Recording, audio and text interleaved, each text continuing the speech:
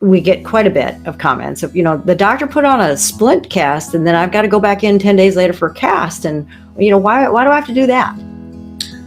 Certain fractures will swell a lot, and you need to accommodate that. It's one of the reasons we tell folks from the ER, don't make an appointment right away, because you'll just come in and have to get splinted, and then we have to bring you back in a week, 10 days and change it. Now, that's not true for all fractures, but when we put a splint on, for the most part, we're expecting it to swell.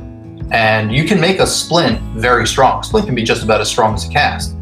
You have to pay particular attention to certain aspects of it. But if you put a hard circular cast on something that's going to swell, the pressure that's created can be really, really severe. So that's why we'll put a splint on. And so why do some people feel the pressure? You brought up another question. So like if you put like a tight coat or something, or a pair of socks over it or something like that, why do some people, not often, but I do hear this occasionally, they feel the pressure around it and it hurts them? Yeah, that's a real balancing act. When you're casting a fracture, there's an old saying, it takes a crooked cast to make a straight bone. So if you have a fracture and the fracture wants to angle this way, you actually make the cast with a little bit of a bend this way. Avoid that. So we would look at casts when we're training people, and if the cast is perfectly straight, first of all, it's a tube that has a greater chance of slipping off. But also you have to consider which way is the fracture likely to drift, and your cast should counteract that some.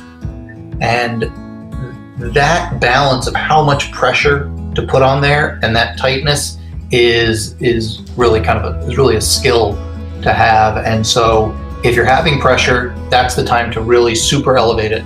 Just whatever it takes to keep it up with pillows, because a little bit of reduction in swelling can make a big difference in how you feel.